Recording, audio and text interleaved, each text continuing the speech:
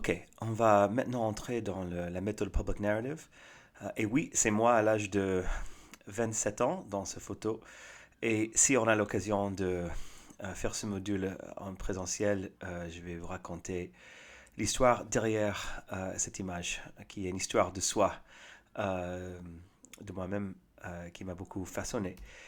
Une autre image, peut-être un peu plus familier, janvier 2009, j'ai été quelques centaines de mètres euh, euh, de, de cet événement quand il a lieu. Et j'imagine pour certains de vous qui ont regardé de loin l'histoire de l'élection de Barack Obama en 2008, ça semble que un moment historique centré sur une personne exceptionnelle, euh, plutôt un couple exceptionnel, avec des qualités exceptionnelles, formidables, comme une personne qui est inspirée, pourrait communiquer. Euh, mais peut-être la chose moins visible était la campagne électorale elle-même. Peut-être vous avez encore entendu sur le rôle de la technologie, etc. Mais peut-être euh, tous les mécanismes de cette campagne électorale qui a fait élire le premier président noir de notre histoire aux États-Unis étaient moins visibles et peut-être moins clairs. Donc, pour vous donner juste quelques éléments, parce que c'est dans cette expérience dans laquelle j'ai rencontré, j'étais formé dans cette méthode de public narrative. Pour comparer la campagne Obama, on peut dire que le modèle de la campagne Obama était très différent que le modèle typique d'une campagne électorale, surtout au niveau national, présentiel, qui était depuis très longtemps, depuis au moins 150 ans, le modèle pyramidal et qui était typiquement un candidat, son entourage, ses conseillers les plus proches, et qui dirigeait la campagne de manière directive, de haut en bas. Peut-être de recruter des junior staff, des personnels juniors, qui, eux, supervisaient des actions de campagne, de porte-à-porte, de tractage, le relève de fonds, etc. Et les informations étaient, je dirais pour la plupart, disséminées de haut en bas, avec pas beaucoup d'informations de bas en haut, de façon un peu spontanée, euh, pour plutôt contrôler l'exécution des tâches, et non pas de vraiment agréger des informations de bas en haut. Donc voici le modèle typique d'une campagne électorale, et voici le modèle de la campagne Obama. Donc le candidat était bien sûr essentiel comme figure qui rassemblait ce grand nombre de ces bénévoles, mais le modèle organisationnel était plutôt centré sur le organizer. Organizer, c'était la personne centrale en campagne. Il y avait peut-être 2000 de nous. Moi, j'étais organizer dans l'État de Connecticut, entre New York et Boston, dans le nord-est des États-Unis. Et en tant qu'organizer, moi et entre 2000 personnes étaient formés de gérer des équipes locales. Et la grande majorité de notre personnel, entre guillemets, dans l'équipe locale, n'étaient pas des personnes payées, n'étaient pas des staff, étaient des bénévoles. Et les bénévoles étaient des vrais leaders, des vrais ambassadeurs de la campagne Obama. On a mené des actions porte-à-porte, on a fait des actions pour lever des fonds, on a fait des actions de communication avec des médias. Et l'équipe de direction de la campagne en Chicago était plutôt dans une position de support pour nous.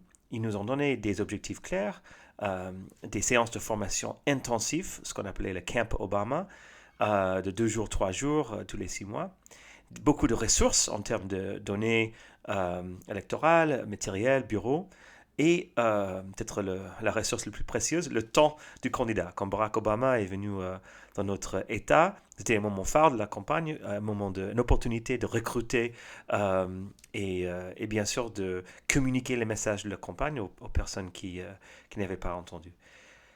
Et les organizers, comme moi, et les bénévoles étaient vraiment les porteurs de la campagne électorale de jour en jour.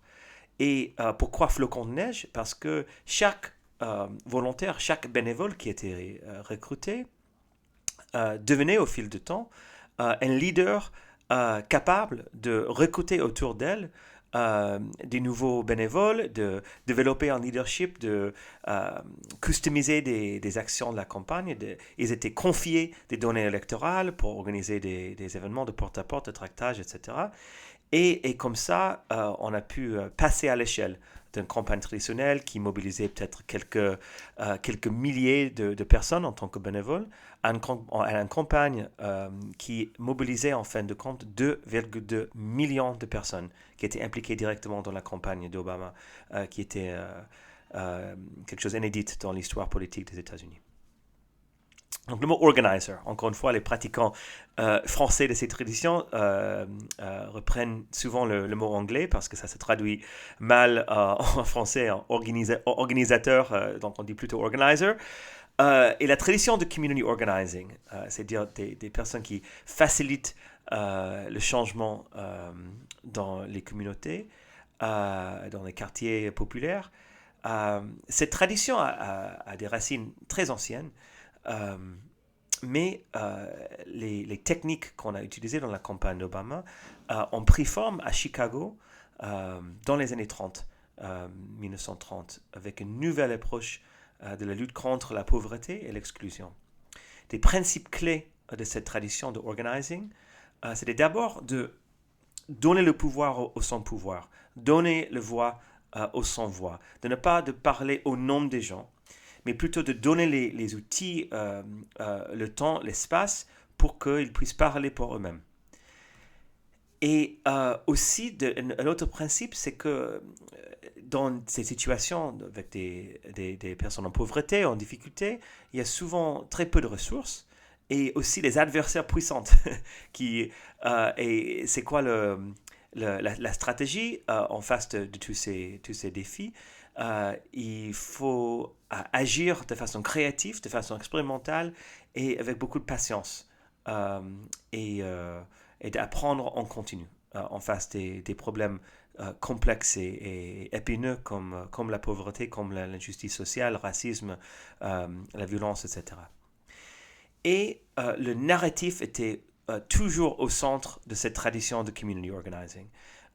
Depuis le début, de construire un mouvement soit pour le droit de vote, pour les droits des travailleurs, des ouvriers, signifiait de relier des histoires, des expériences individuelles en histoire, en lutte, en cause commune. Donc voici en quelques mots, c'est quoi le community organizing et on croit que ça consiste. Et la campagne Obama, notamment grâce au mentorship de Marshall Gans, sur beaucoup de nous qui ont été formés par lui, et Barack Obama lui-même était community organizer à Chicago dans les années 80, nous a permis, ces outils nous a permis de construire ce récit commun, un récit d'unité, d'espoir, de progrès, incarné bien sûr par le candidat lui-même, mais qui a inspiré 2,2 millions de bénévoles de partager aussi leurs histoires personnelles, peut-être autour de manque d'assurance de santé, ou le peur en face de changement climatique, ou le peur en face de la perte des droits de femmes, de l'avortement, etc.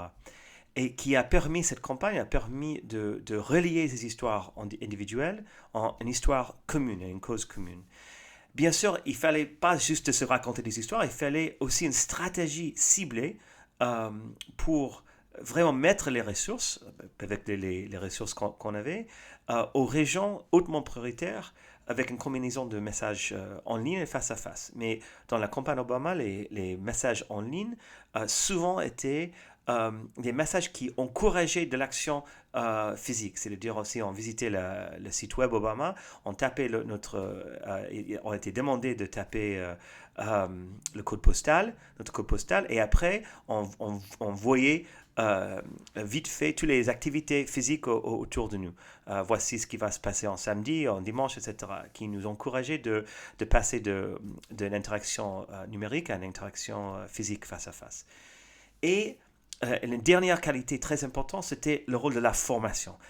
L'équipe Obama n'était pas seulement l'équipe payée, les salariés, mais les salariés aussi formés en continu des bénévoles pour pouvoir porter les activités des événements de la campagne, qui nous a permis de passer vraiment à l'échelle en fin de notre campagne de 15-16 mois, 40% de tous les foyers américains, tous les fermes, appartements, maisons, ont un contact personnel à leur porte par un ambassadeur, un bénévole de la campagne Obama. 40%. C'est-à-dire vers 100 millions de personnes avaient un contact direct par la campagne, qui était une chose inédite dans l'histoire de la politique. Donc Marshall Gans, c'était l'inspiration pour cette stratégie électorale d'Obama. Il dit qu'un organizer s'appuie sur heart, head and hands, le cœur, la tête et les mains. C'est une métaphore qui regroupe ces différents outils d'un community organizer. D'abord, les valeurs, les motivations, l'identité, c'est le cœur. La tête, le head, il faut qu'un organizer se dispose d'une stratégie pour opérer le changement, une stratégie qui est enrichie par l'expérience, par les retours d'expérience, etc. Et les mains, c'est la capacité d'agir, et surtout d'agir avec courage en face des adversaires, des défendeurs de statu quo, etc. Et pour un organizer, le leadership, ce n'est pas quelque chose qu'on centralise sur nous-mêmes. Le leadership, c'est quelque chose qu'on diffuse.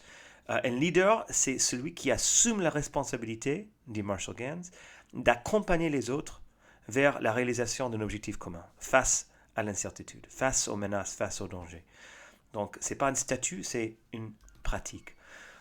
Marshall Gans propose qu'il y a souvent 3 différents modèles de leadership qu'on peut souvent rencontrer. Le modèle centralisant, peut-être le modèle le plus pratiqué dans les organisations. Moi, je m'en occupe. Et les leaders cherchent de centraliser le pouvoir en forme d'autorité de décider pour les autres, de donner les ordres. Il y a un deuxième modèle, en réaction au premier, qui est plutôt le modèle anarchique, les personnes qui résistent de prendre responsabilité, qui fait quoi, on ne sait pas, mais peut-être ça rassure qu'il n'y a pas un tyran, il n'y a pas quelqu'un qui va donner les ordres, mais le risque de ce modèle leadership, c'est que rien ne se fait après par la suite.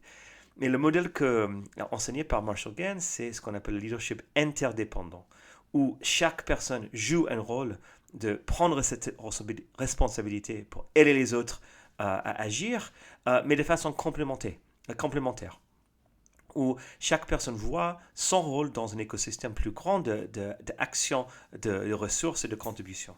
Et on peut appeler ça le flocon de neige, le snowflake. Dans ce leadership interdépendant, encore une fois, quand on considère le leadership comme une pratique qui peut être diffusée de façon différente, à différents niveaux, dans une équipe. Quand on dit une pratique, ça ne veut pas dire que chaque membre d'une équipe est égal, a un pouvoir égal, mais que chaque membre de l'équipe a un pouvoir complémentaire, que toutes les manières d'exercer de opérer le leadership se complètent et se complémentent. C'est ça ce que veut dire la pratique. Et il y aura certaines personnes, comme un professeur, comme un candidat, qui va jouer un rôle beaucoup plus fort de leadership pour trouver des ressources, pour former les autres, mais qui n'est pas le seul leader. Leadership, c'est quelque chose qui est distribué autour de lui. Donc, organizing s'agit des méthodes flexibles pour répondre à l'incertitude et l'aléatoire. Ce n'est pas une méthodologie rigide, ce n'est pas une checklist en cocher des cases, non. Il s'agit plutôt d'un mindset de flexibilité en face des problèmes complexes comme l'injustice sociale, mais aussi comme la transformation des entreprises, les technologies disruptives, etc., qui nous oblige de gérer nos ressources de façon créative et inspirée, mobiliser les autres autour de nous.